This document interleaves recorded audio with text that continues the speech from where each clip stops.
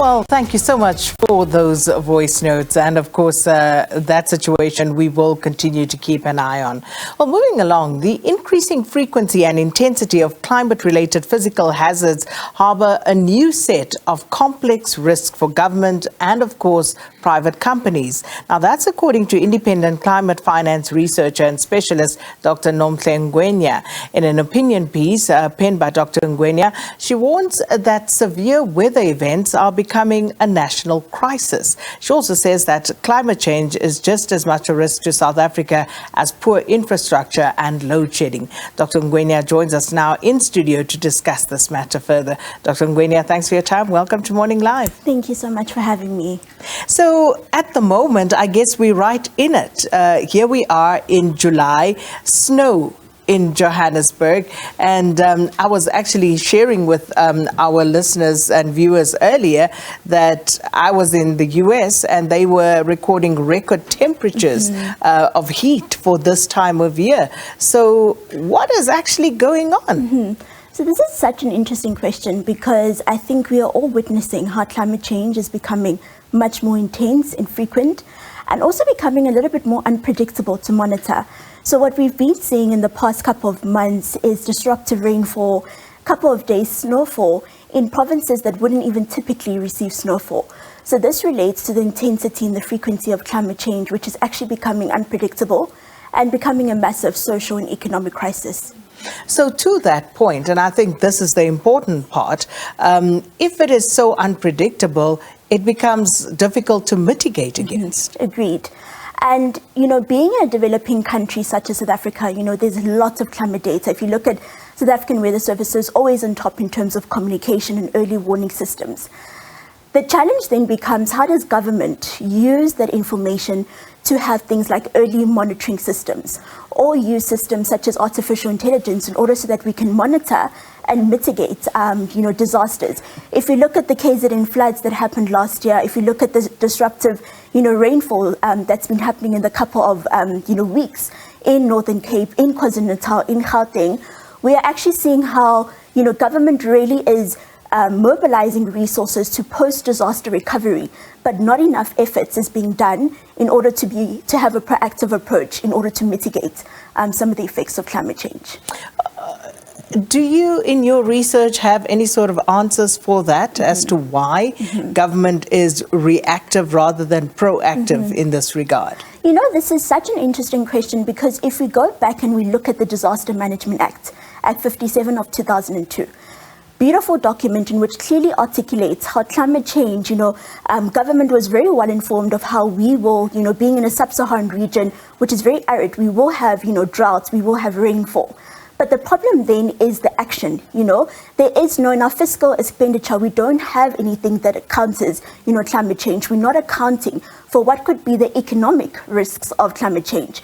And I want to bring you back to a very important research which was actually done by the South African Reserve Bank in 2021.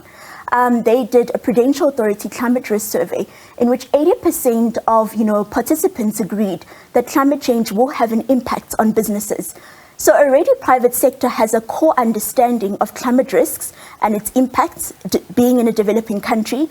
But the problem is government. And where we're also missing, I think, key components is local government, but also municipalities really encountering and factoring in climate risk into their fiscal expenditure and into their mitigation strategies.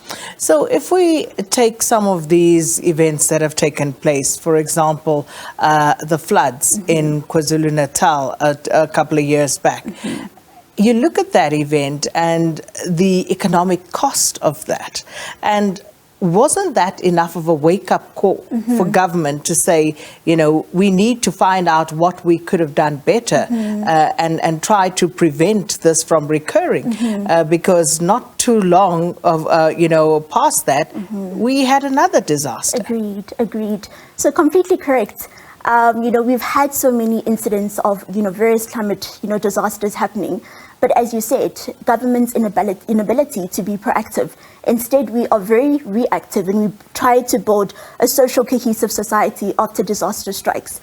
But now, even with things such as an El Nino, which is headed into the next coming season, where we're going to have intense droughts, we're going to have high temperatures, that is going to hit, water-intense sectors such as agriculture, such as mining, but it's also going to, hit the ordinary South Africans, where we're going to have things, challenges such as water shedding, or even having a similar situation such as Day Zero in Cape Town.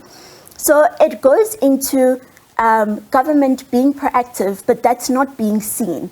And, climate change is something that's not going to go. It's going to stay with us for a very, very long time. And the disasters are going to become much more frequent and much more intense. And quite apart from the factors that you've just mentioned, Dr. Ngwenya, there is, of course, also the economic cost that hits consumers in their pocket because of these climate changes. So let's talk about that for a minute. Just how severe is that impact at the moment? If we look at, the KZN floods, and even just the disruptive rainfall that we've had in the past coming of weeks, this has really hit, especially small businesses. I think your very large corporates are able to sort of mitigate against climate disasters, but small businesses are mostly hit because if there is disruptive weather events that happen, they could be shut down in roads, shut down in operations, and they can't operate well. But even if we look at it, even on an infrastructure level, if we look at how floods, compared, there was research done by the University of Witwatersrand in partnership with the University of Bristol that calculated that floods that have happened last year, even accounting floods that have had, happened this year, that's cost about 1.2 billion in infrastructure. So that means that, in our government fiscal expenditure, we've now needed to also increase and add in, unaccounted costs of climate change. And hence I say that we really need to prioritize climate change finance into our government, expenditure. But if we're going into things such as droughts, such as an El Nino, that is going to affect, consumers very tightly, because if we have a drought-like conditions, that has an impact on food security. And, if there is food security, prices are going to go up. And the average, South African who's used to paying a certain amount for basic goods and services will now have to then, go deeper into their pockets to be able to afford, food or general basic services. If we look at the impact of this climate change on the broader economy, so the first time something like this happens, it's a surprise. But when it occurs again, and again, then government ought to be factoring this into its accounting processes, you would think. Are we seeing that happening? So we're not seeing that happening at all. I think, in Nomhle Ngwenya's speech, in the finance budget speech, we saw how a lot of resources are being budgeted into the low carbon transition. So green hydrogen, electric vehicles, which is great. But now we don't have any budget for climate disasters. There's no budget for droughts. There's no budget for extreme weather events such as disruptive rainfall. And that is problematic. If we look at what's going on, in the private sector, we look at our big banks, and they've implemented the task force on climate finance related disclosures. So this is reporting that they do, and they really account for what does climate change mean for them and how do they mitigate against climate disasters. So we're already seeing extreme anomalies between the private sector and the public sector, right? So the private sector is very proactive in terms of understanding not just only the low carbon transition and the green transition that we want to go into, but really accounting for climate related risks. On a government level, that does not exist, and that bodes, huge problematic challenges for the future. And of course, there's so much more to discuss around this. Pity we don't have the time to do that.